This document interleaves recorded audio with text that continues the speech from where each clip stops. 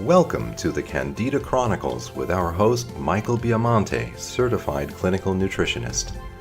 In this podcast, Michael will answer your questions and reveal the shocking truth that the cause of most chronic ailments is not what you've been told. The source is Candida, a yeast overgrowth which, when it becomes systemic, can cause all sorts of seemingly unrelated ailments such as chronic fatigue syndrome and even weight gain. For more information on how Michael can help you, please visit healthtruth.com, that's health-truth.com, or phone his office at 212-587-2330. And now, without further ado, Michael Biamonte.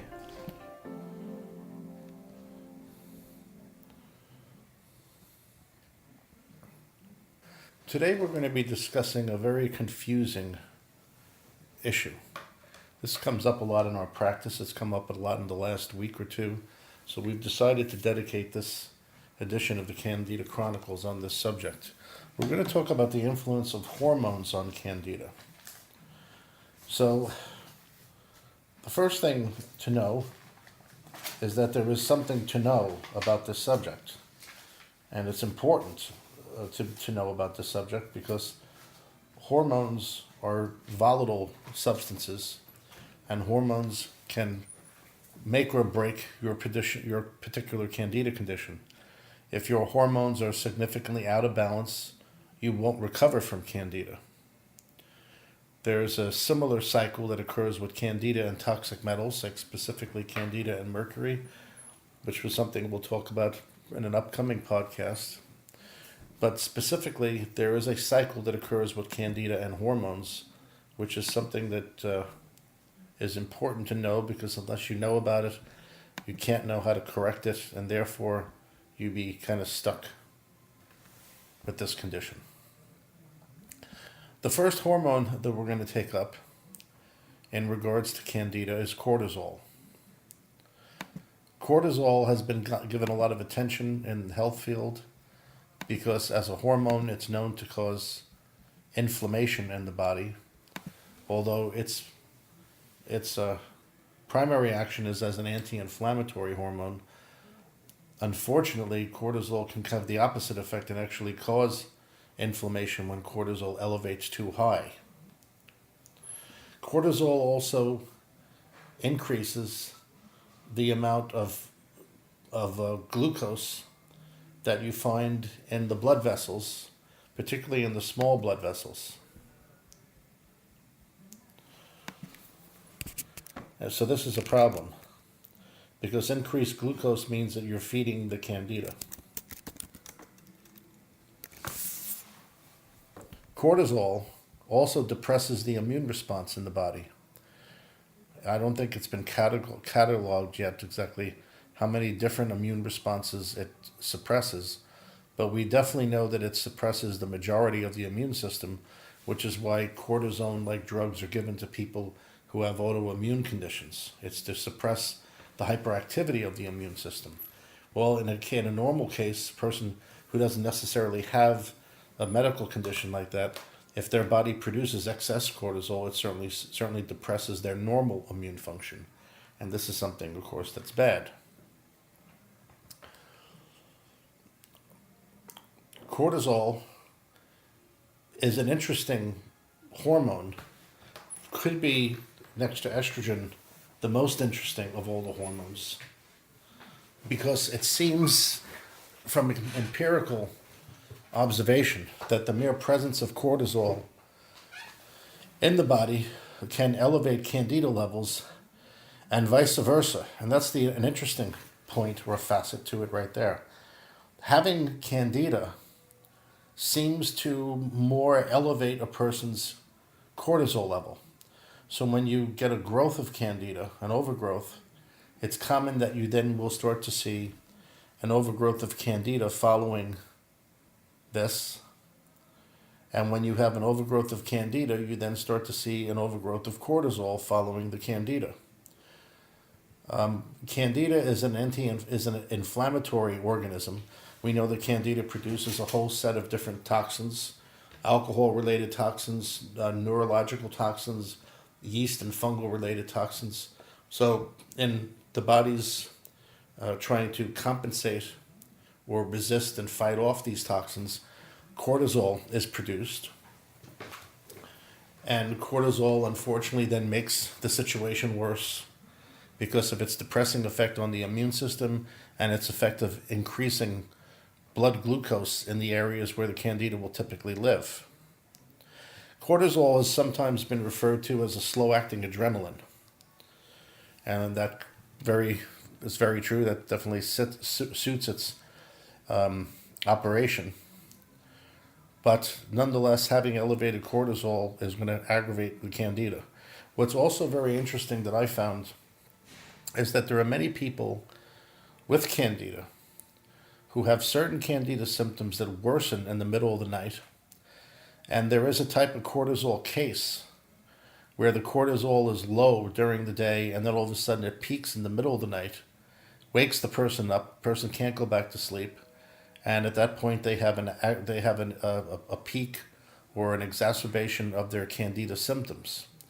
So you would most likely find that whenever cortisol is at its highest, you'll find that that's when candida symptoms will probably be at their worst. Testing for cortisol is a simple thing. What you would do if you want to test for any of these hormones that we're going to discuss today is make sure you're doing a test which would be referred to as a circadian rhythm test. This is where you take a sample of saliva or urine or blood or whatever the testing medium is going to be 4 to 6 times throughout the day. The reason for doing this is you want to see how your hormones change or evolve over a 24-hour period. This way you see what they're really doing and what they're really up to. Because sometimes you can have symptoms of high cortisol, and yet when you go to the doctor's office and he does a blood test to check your cortisol will be normal, and that's because it was normal at the time he took the test.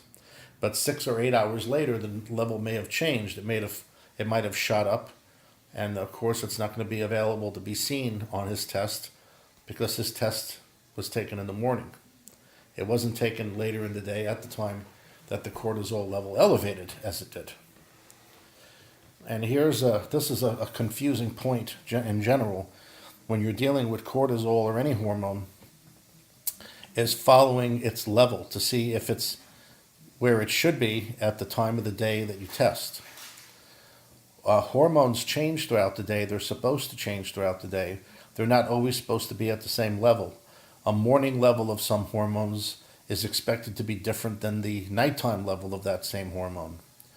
So the two options that you have for testing these things, in order to make sense out of it, is to make sure the type of test that you do is a circadian rhythm test, which is where you're checking the level every few hours by submitting a sample.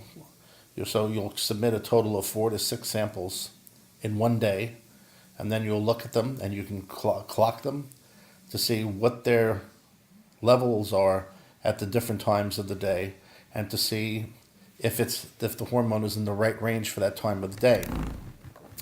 The other way this can be done, where we wouldn't necessarily call this a circadian test, but it would be a type of a urine test where they're checking the hormone level in your urine, and you're usually collecting the first morning urine from an overnight sleep. This first morning urine is going to have the total metabolites and the total amount of different fractions of the hormone which are being collected in your urine, then which you urinate out. And those totals will still give a good idea of what the absolute levels are of that hormone for the day. I would say that in doing that type of test, you are trading a bit of the accuracy off from looking at it from the circadian viewpoint. But on the other hand, in this type of testing that I'm talking about now, they can also look at different levels of the hormones and different forms of the hormones, which are not looked at in the standard saliva hormone test, which can give you a lot of information that would be absent. So both tests have their advantage. I think in order to determine which test you want to do, you have to really know the patient and know the patient's history and symptoms, and the doctor has to determine which test is going to be best for the patient. So moving along, the next hormone we're going to discuss today is estrogen. Now, estrogen has been the subject of a few of these podcasts, particularly the one that was on pregnancy and Candida. And the key with estrogen is that elevations in estrogen aggravate Candida. Elevations in estrogen worsen Candida for several reasons. The one reason is because estrogen also increases the sugar levels found in the mucous membranes. It's been rumored that cortisol does the same. I think this is something that could be researched to differentiate out which is really true. The effects of cortisol and estrogen are similar in that they both raise sugar levels in the pelvic area. I'll say that as a generality. Then from that point, we need to then break down more accurately what the truth is with each hormone. But to my knowledge, and I could be corrected on this, estrogen does increase the glucose in the mucus and the mucous membranes in the vaginal area and generally in the pelvic region. So this would mean that when estrogen rises, the sugar in those areas rise, and becomes then the perfect food or spike for the Candida, because then the Candida will kick in. Estrogen should normally be counteropposed by progesterone. When estrogen and progesterone are in a right balance, neither one of them gets out of hand or neither one of them becomes too influential. Excessive progesterone can have the same effect that excessive estrogen can have on Candida, because the excessive progesterone will be converted to estrogen. The other interesting aspect of estrogen is the growth factor that it possesses. We know that estrogen rises during pregnancy because it's there to stimulate the growth of the fetus. We know that estrogen can stimulate the growth of different cancers, reproductive cancers. We know that estrogen stimulates the growth of fibroids and other types of, let's say, benign growths. And we know that based on the same logic, estrogen also stimulates the growth of Candida. So this makes estrogen one of the key suspects when we're looking at Candida growth. We want to make sure that the estrogen is under control and balanced by progesterone. The general rule of thumb is we need to have a correct balance. Having too much isn't better. Having too little isn't better. It needs to be the correct amount. An interesting thing I observed many years ago was that in looking at different birth control pills, they would contain warnings. Some birth control pills would say that they could possibly aggravate a yeast infection. And on the other hand, I observed medical doctors in those days were giving their patients birth control pills who had chronic yeast infections to see if the birth control pill would help or eliminate the chronic yeast infection. And in some cases, it did work. So at that point, I learned two things. I learned that too much estrogen would aggravate a yeast infection. And I also learned that too little estrogen could be involved with causing a chronic yeast infection. How I saw that too little would cause was because when some people took certain took certain prescribed birth control pills, their yeast infections would improve, indicating that there was a deficiency of estrogen there that was involved in the chronic nature of their yeast problem. Now, we do know that when the mucous membranes, particularly in a woman, are deprived of estrogen, they become kind of dry and they get easily irritated. It could be that the lack of lubrication and the lack of mucus in those areas would also align with a lack of antibodies that are being produced in the mucus that would represent the normal immune response in those tissues. So this is something to consider. More than likely, you will find that it will be an excess of estrogen that's going to be involved in the yeast problem. An interesting thing to do is to have your patients chart or graph where during the month they feel most of their symptoms. Now, if the person suffers from vaginal yeast, this is easy because they can just look throughout the month and they can indicate on a calendar what days typically their vaginal yeast infections are worse. There will be one group of women that you'll have which will typically respond that their yeast infections are worse when they're more premenstrual. If you look at the cycle of hormones, if you look this up online, you'll see different charts that exist. When you're premenstrual, this is a point where estrogen starts to rise, so it would make sense that your yeast infections would be worse at that point. Then normally after the menstrual cycle is where yeast infections tend to get better, and that's when the estrogen is definitely on the downside and progesterone is taken over for a while. But this can be different person to person. The example I just posed here to you is a very typical one. It doesn't mean that's what you're going to find. You could find something that's the complete opposite. It's up to the doctor to look at where the person's yeast infections are getting worse, at what part in their cycle they're getting worse, and then to understand what the hormonal influence is at that exact time. This is also where doing these hormone tests come in handy, because if you have a person who predictably says, well, my yeast infections and my candida symptoms are worse when I'm PMS, then you have them take the type of hormone test where they're taking multiple samples throughout the month. This now becomes different than the circadian type of test. Because at this point, you're trying to recognize where in the month does the estrogen come up, as opposed to what hour in the day does it come up or go down. And most of the time, from my experience, when you do this type of test on this patient, you're going to find that where their hormone or where their symptoms are getting worse, where they're saying their symptoms get worse or their vaginal infections are the worst during the month, you will almost always find on their hormone test that is indeed where their estrogen levels are peaking. So at that point, you then need to, using whatever means you're going to do, you then want to balance that hormone response. Now, this brings up a question I hear a lot from people. They'll ask me, what is it you'll do when you get the results of the hormone test? Well, of course, that depends on what the test says. And essentially, you have different possible conditions and options. You can have situations where the person's hormone levels are too low. If the levels are too low, you have options in trying to elevate them. You can try to give herbal or nutritional formulas to try to stimulate the body to make the hormone again. If the person is older, those types of products may not work any longer on them.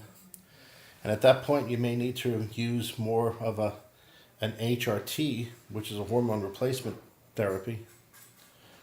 This is where you would use bioidentical hormones to increase the person's hormone level that's low, using it as a supplement. When you're doing this, you need to be careful that you use transdermal creams only in the Candida patient.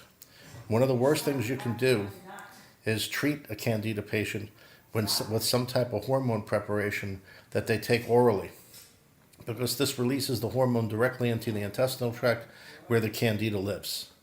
Bad idea. And using the transdermal cream as the hormone supplement, you're allowing the hormone substance to gradually and slowly absorb through the skin and enter the bloodstream, and you're therefore bypassing, for the most part, the introduction of the hormone as a flooding cascade, so to speak, right into the intestinal tract. Because you don't want to give your Candida cells a bath in the hormones. So we also, at this point, have to look at, does the person have any hormones that are too high? If the person has hormones that are too high, an option is to then give them substances that help the body metabolize those hormones better in the hope that the hormones will lower. Because this many times is the case. The person doesn't detoxify that well, their liver doesn't break the hormones down, and the hormones are left circulating. And someone who has good liver detoxification, you don't see this, and the hormones are not left elevated for longer periods of time because they're not being broken down by the liver. So then we have the option here of giving the person something that helps them break the hormones down. And that's an important thing because, as I said, you can have elevated hormones because of the first issue where the person's glandular system is overstimulated and producing too much hormone, but then you very often find a person has elevated hormones because they're not methylating and breaking those hormones down very well. The other process in the body that helps break down the hormones is thyroid function.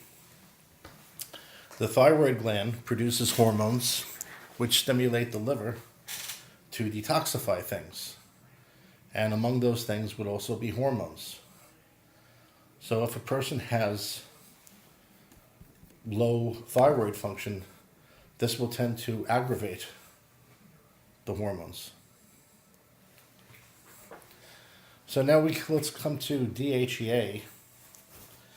Generally speaking, for the most part, a normal level of DHEA would help the person remain healthy in their immune system and their general functions, and it would help them resist Candida.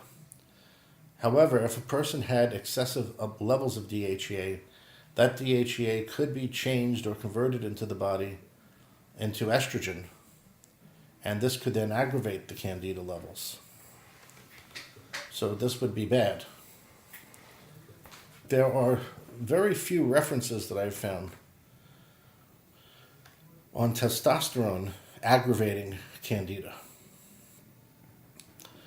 Most of the references that I have found online that deal with testosterone or androstenedione or any of that group indicate that the person who has Candida will usually develop low testosterone, or some people have also speculated that if your testosterone is low, you might be more prone to developing Candida. Well, I certainly have seen that if your testosterone is low, you'll be prone to developing Candida.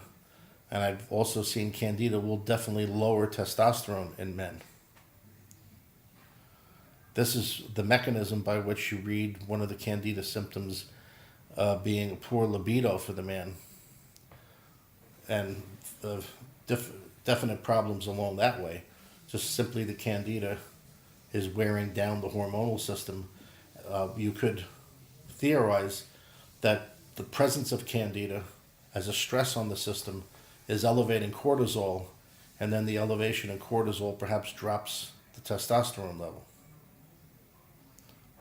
It's also possible that the elevation or the presence of Candida causes an elevation in estrogen, and then estrogen may be the thing that's blocking the cortisol. Both estrogen and cortisol would have that same effect on testosterone. They would also have that same effect on thyroid hormones. So you see, here's where we now enter the menagerie of the hormones in Candida. This is where it's good to start graphing this, or making diagrams with circular wheels, so to speak, to sort of have more of a reality of the what's actually happening, something visual or some mass to see. Because you have as I said, literally, it's a menagerie. You have cortisol elevating. The elevation in cortisol can drop the testosterone. Testosterone drops. That can allow a person to become more estrogen dominated if it's a man. If it's a woman, it certainly allows the Candida's presence to be enhanced by cortisol. And if the cortisol is now going to block thyroid hormones, you're going to now be absent that kick in your detoxification step where your thyroid gland breaks down excess estrogens. So now we have more estrogens circulating because they're not being broken down, and this again enhances the survival ability and the presence of the Candida you have. So it's become a vicious cycle. The way to break this cycle is really to intervene at any given point, whether you're intervening with cortisol, estrogen, thyroid, wherever. You have to start someplace. It's a good idea to get the data on all of them and then see what's happening and then break the cycle. Break the cycle by starting to get the cortisol, if it's elevated, down to normal, the estrogen, if it's elevated, balanced with progesterone and back down to normal, and enhance your thyroid function so that your liver's ability to methylate these hormones, particularly estrogen, is increased, and you don't have your estrogen aggravating your Candida. It's a common profile that we've seen that Candida patients will tend to have elevated cortisol. Very typically, the Candida patient has elevated cortisol in the nighttime, as I described earlier. And the typical Candida patient, their cortisol is low in the morning and low during the day, which is part of their exhaustion. And then the cortisol starts to elevate at night, which aggravates their Candida and then becomes part of their insomnia or their lack of getting good reparative sleep. This naturally worsens the condition. The elevations in cortisol that occur tend to suppress their thyroid function. So you'll see them typically having symptoms of low thyroid. You'll easily see that they'll be poor methylators because of the cortisol thyroid imbalance. And you'll see typically that they tend to be estrogen dominant. Progesterone teams up with thyroid hormones, and you'll find that they're synergistic together. There's an article on my website about progesterone working with thyroid hormones and how they seem to enhance each other. And this is true. This is very interesting. Now, as you're getting all this information, you start to see how you can pair these different hormones, who's working together, who starts to work against each other, and how it all flows. As I said earlier, progesterone is there to balance estrogen. Progesterone is certainly in more of the same category or class with estrogen rather than thyroid hormones. Yet progesterone and thyroid hormones are synergistic together and work well together to accomplish certain of the same balances in the body that cannot be said of estrogen and thyroid. An interesting thing we've observed for years is that in order for thyroid hormones to work in the body, for the tissues and cells of the body to accept thyroid hormone and allow it to work and do its job, there has to be a particular ratio of calcium to potassium and zinc to copper. Many nutritionists know about this for many years. We've seen that progesterone actually has the ability to raise tissue potassium, which is the very thing that you need in order for thyroid hormones to work. Because in order for the thyroid hormone to work in your cells and for your cells and tissues to be sensitive to the actions of thyroid hormone, they have to have a certain balance of potassium. If they have this potassium, then they will change or affect the chemical processes in your cells that they're supposed to do. So this is an interesting coincidence that progesterone can raise tissue potassium and thyroid hormones are dependent on that action. That's one of the reasons why they're synergistic together. But there are others that go beyond that.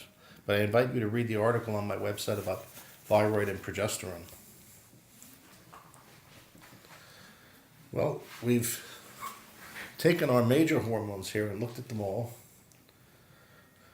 There are other hormones which have apparently no real visible effect on Candida. One of them would be HCG, one of them is HGH. None of these hormones have been shown to have any predictable effect on Candida. It's the main hormones, the cortisol, estrogen, progesterone, DHEA, and testosterone, which are the ones that have the effect on Candida. Adrenaline doesn't particularly have an effect on Candida because in most cases when adrenaline is produced, it's produced for a short enough time where it really wouldn't produce any long-range change in Candida levels. So there's not much to speak about as far as they go. As far as FSH and LH, luteinizing hormone, there has not been any report or any paper that I've ever seen which mentions that these hormones have any real effect on Candida, which does make sense to me because there are LH, FSH, TSH, sex binding hormones. All of these hormones don't really affect cells in the same way that the reproductive hormones do. So it would make sense that they wouldn't have an effect on Candida. The true hormones that will affect Candida from the adrenal glands would be exclusively cortisol. Then from the reproductive side, you would have estrogen, progesterone, DHEA, and testosterone. And the other hormone that has an effect would be thyroid hormone. Not in the same manner as the other hormones that we just mentioned, which are more the reproductive and androgen hormones. But thyroid hormone does have an effect on Candida because thyroid hormone helps your body detoxify the other hormones. And another interesting point is of body temperature. Thyroid hormone is important to maintain an adequate body temperature, and it's definitely been seen in the literature, if you search for this and look this up, that you'll find people with inadequate body temperatures don't really get rid of Candida as easily as others. So this would mean that if you're chronically cold,